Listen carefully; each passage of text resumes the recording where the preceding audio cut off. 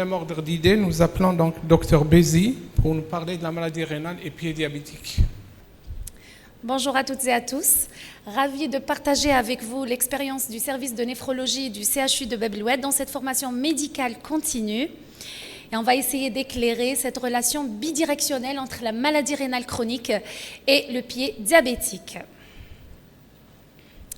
Dans quelle mesure l'état de la fonction rénale influence-t-il la vulnérabilité du pied diabétique? Et que révèle cette interaction entre deux organes distants mais intimement liés par les complications du diabète? Le pied diabétique est souvent abordé comme une urgence infectieuse ou vasculaire, mais il est aussi un révélateur silencieux du déclin rénal. Chez les patients diabétiques à très haut risque, l'apparition d'une lésion du pied est fréquemment associée à une atteinte rénale avancée, parfois méconnue, et comprendre ce lien, c'est renforcer notre capacité à anticiper, prévenir et à coordonner la prise en charge de ces complications qui sont interdépendantes. Le diabète, d'abord, est un ennemi commun du pied et du rein. Par le biais de la microangiopathie diabétique, par le biais de la neuropathie, par l'inflammation chronique, l'athérosclérose diffuse, mais aussi l'HTA et le diabète, la dyslipidémie est surajoutée. Tout ceci entraîne des lésions aussi bien au niveau du rein, mais également au niveau du pied. Les données épidémiologiques le prouvent, 20 à 30% des IRCT sont en rapport avec une néphropathie diabétique. Ceci ne reflète certainement pas la réalité, mais en fait un sous-diagnostic et une mortalité prématurée cardiovasculaire par rapport aux autres pays.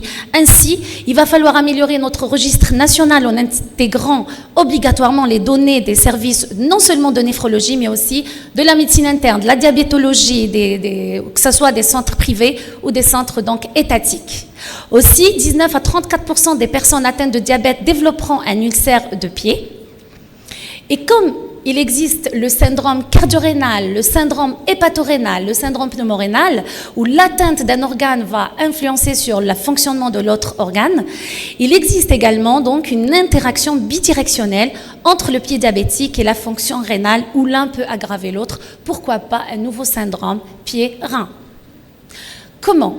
On va expliquer comment l'insuffisance rénale, avec toutes ses complications, notamment sur le plan de l'altération de l'immunité, troubles de la cicatrisation, les troubles vasculaires. Vous avez aussi les œdèmes et surcharge hydrique qui aggravent la macération. Également la polymédication et comorbidité, notamment les anticoagulants, la corticothérapie, la malnutrition. Tout ceci aggrave le pronostic du pied diabétique. Inversement, le pied diabétique aussi n'est pas aussi gentil que ça. Lui aussi, quand il est infecté, nécrosé, il peut aggraver donc la fonction rénale. Avec l'infection, le sepsis sévère, il peut entraîner une hypoperfusion rénale et donc une insuffisance rénale aiguë ou une insuffisance rénale aiguë surajoutée sur un fond chronique. Le sepsis sévère, mais aussi les hospitalisations répétées, tous ces des facteurs qui entraînent une aggravation de la progression de la maladie rénale chronique. Les données épidémiologiques également, il faut savoir que le risque d'amputation donc d'un pied diabétique est de 16 fois plus élevé par rapport à la population générale, donc dans la population hémodialysée chronique. De même que la neuropathie périphérique est un facteur clé dans la classification du risque podologique, est également lié au stade de la maladie rénale chronique. D'où l'intérêt donc d'une prise en charge multidisciplinaire.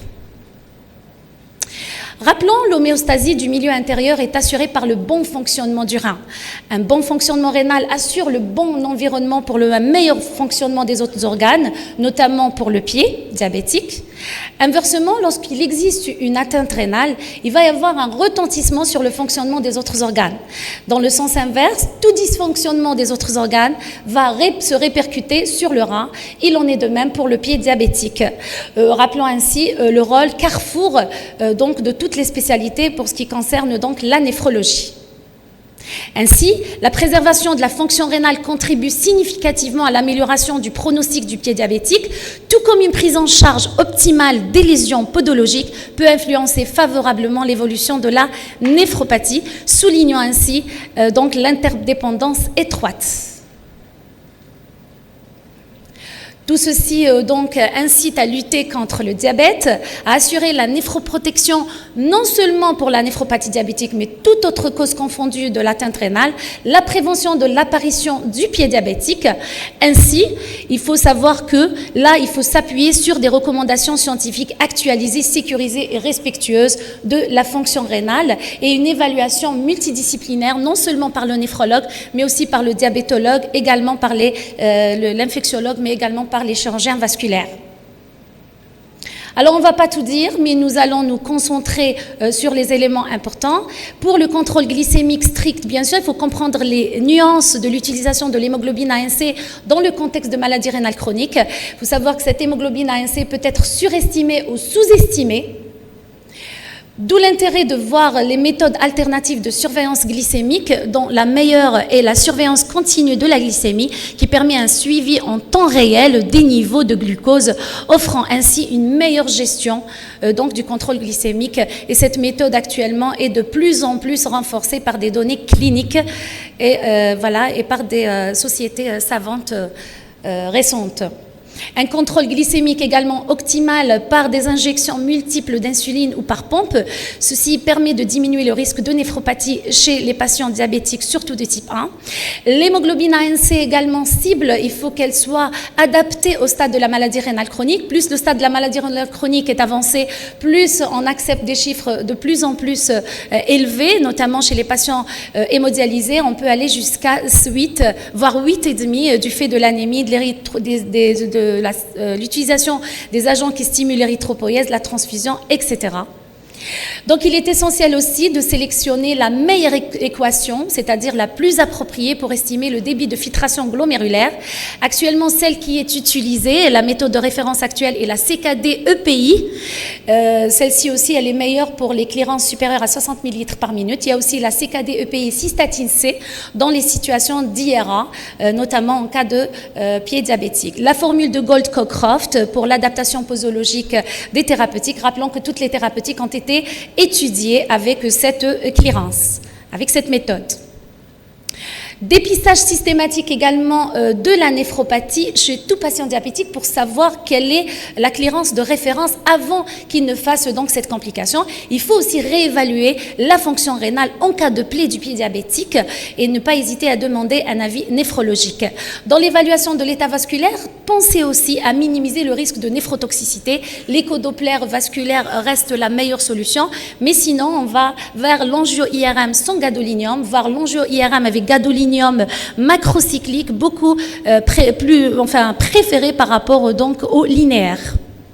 Les traitements, bien sûr, néphroprotecteurs, ne pas hésiter à mettre donc un IEC, un ARA2, et aussi les inhibiteurs des SGLT2 qui doivent être instaurés dès une microalbuminurie supérieure à 30 mg par 24 heures et dès que la clearance de la créatinine est inférieure à 60 ml par minute. Donc, en plus de leur effet cardioprotecteur, mais aussi ils ont un effet aussi néphroprotecteur bien prouvé. Alors, pour les traitements, pour les inhibiteurs des SGLT2, il faut savoir aussi quand est-ce qu'il faut les arrêter en pleine tempête, soit un arrêt temporaire, soit un arrêt définitif. Il faut savoir aussi quand est-ce qu'il faut les introduire. Alors, comme par exemple, dans les plaies évolutives du pied diabétique avec une augmentation du risque d'amputation, il faut les arrêter momentanément. 3 jours avant une intervention chirurgicale, dans la maladie aiguë sévère ou sepsis, en cas de déshydratation, toutes ces situations-là se voient dans la plaie du pied diabétique. Gestion prudente des antibiotiques. Il faut savoir, c'est vrai qu'il y a certains antibiotiques qui sont connus, traditionnellement connus pour être néphrotoxiques, notamment les aminosides par exemple. Mais attention, il y a certains d'autres antibiotiques qui sont connus, soi-disant pour leur effet gentil pour la fonction rénale. Mais attention, sur un lit de polyvasculaire de pied diabétique, par exemple, la ciprofloxacine, elle est effectivement néphrotoxique par plusieurs mécanismes, d'où l'intérêt de ne l'introduire que si vraiment c'est indispensable. Éviter la polyantibiothérapie, mais aussi adapter la posologie à la fonction rénale avec la méthode donc Gold-Cockcroft, qui est la plus adaptée, mais aussi savoir déterminer la durée d'exposition à cette molécule. Je vous présente notre étude. C'est une étude rétrospective et analytique menée sur une population de patients vus en primo-consultation de néphrologie à l'unité externe de consultation de néphrologie. Alors, bien sûr, on ne fait pas de sectorisation consultation à Bebloued, donc du 15 mai 2021 au 15 avril 2025. Alors ici, nous avons 5702 patients vus en primo-consultation, en moyenne 8 nouveaux patients par jour. Et là, on va voir les spécialités des médecins ayant adressé les patients. Nous avons un recrutement de 34,64% des urgences, les urgences médicales, que ce soit du CHU de Bebloued ou hors Bebloued, suivi donc de 12,93% donc de la diabétologie et endocrinologie, ensuite de la cardiologie et également de la médecine interne. Vous voyez que toutes spécialités confondues. Alors, pour le motif d'orientation en néphrologie, on a eu essentiellement des lettres pour évaluer pour élévation de la créatinémie, mais aussi pour un avis néphrologique précis. Pour les avis néphrologiques précis, dominés par les accords pour l'injection de produits de contraste iodés, avis donc pour l'introduction des thérapeutiques, notamment des inhibiteurs des SGLT2 par exemple, mais aussi adaptation de la posologie des traitements, notamment les antibiotiques dans le cas du pied diabétique. Alors pour le diagnostic étiologique, dominé par les néphropathies mixtes avec néphrangiosclérose et diabète de type 2, beaucoup plus fréquente que les néphropathies mixtes pour le diabète de type 1. Alors, l'âge et le sexe de nos patients, il faut savoir qu'il y a une prédominance masculine, mais un âge beaucoup plus avancé dans la néphropathie diabétique type 2 par rapport à la néphropathie diabétique de type 1, et une prévalence du pied diabétique beaucoup plus fréquente dans le diabète de type 2. Là aussi, on va voir la dégradation de la fonction rénale. Elle est beaucoup plus importante dans le diabète de type 2, avec un risque d'amputation important aussi, avec un risque de recours à l'hémodialyse de 27% dans le diabète type 2 versus dans le diabète de type 1 qui est de 7%. Un taux de récupération qui est beaucoup plus important dans le diabète de type 1 par rapport au diabète de type 2. Il faut savoir aussi que les patients avaient plus de 2 antibiotiques, que ce soit dans le type 1 ou type 2, notamment la ciprofloxacine et la piostacine. L'injection de produits de contraste iodés concernait 30% des patients de type 2. De même, les inhibiteurs des SGLT2 qui sont de plus en plus utilisés, ça concerne également 5% des patients. Et l'amputation, on voit bien qu'elle est de 35% dans le type 2 versus 20% dans le type 1. Alors, il faut savoir que le taux élevé de polymédication dans les infections sévères du pied diabétique, l'utilisation parfois nécessaire de produits de contraste, le risque plus élevé d'amputation chez les patients diabétiques de type 1 en raison de l'âge, de la durée du diabète, de la neuropathie et de l'atteinte vasculaire périphérique.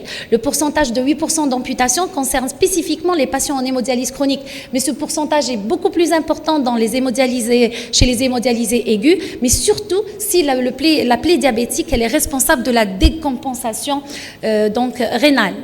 La majorité des patients ayant présenté une chute rapide du DFG n'ont récupéré que partiellement. En conclusion, je dirais que le pied diabétique constitue aujourd'hui un marqueur clinique majeur de sévérité du diabète, ne doit plus être vu uniquement comme une complication locale du diabète, mais comme un équivalent d'urgence néphrologique. Chez ces patients à très haut risque, la prévention de la fonction rénale passe par une surveillance rapprochée du DFG, mais surtout une réévaluation lors d'une plaie diabétique, une antibiothérapie ciblée et attention à toute néphrotoxicité, une gestion prudente des inhibiteurs des SGLT2, savoir quand est-ce qu'il faut les arrêter, même temporairement, une coordination pluridisciplinaire. Et je dirais que protéger le rein, c'est aussi soigner précocement et prudemment le pied diabétique, et je vous remercie.